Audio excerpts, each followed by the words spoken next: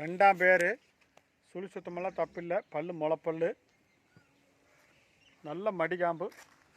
ஒரு 18 to 19 litre தப்பு இல்லாமல் கறக்கு 2 நேரம். நல்ல மடிகாம்பு, அளவு மாட்டில் நல்ல மாடு. பிடிங்க.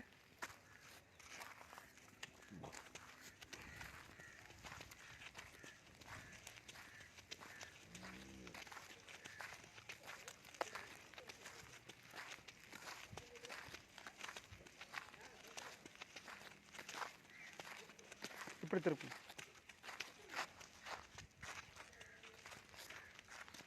நல்ல கொம்பு, நல்ல கொம்பு,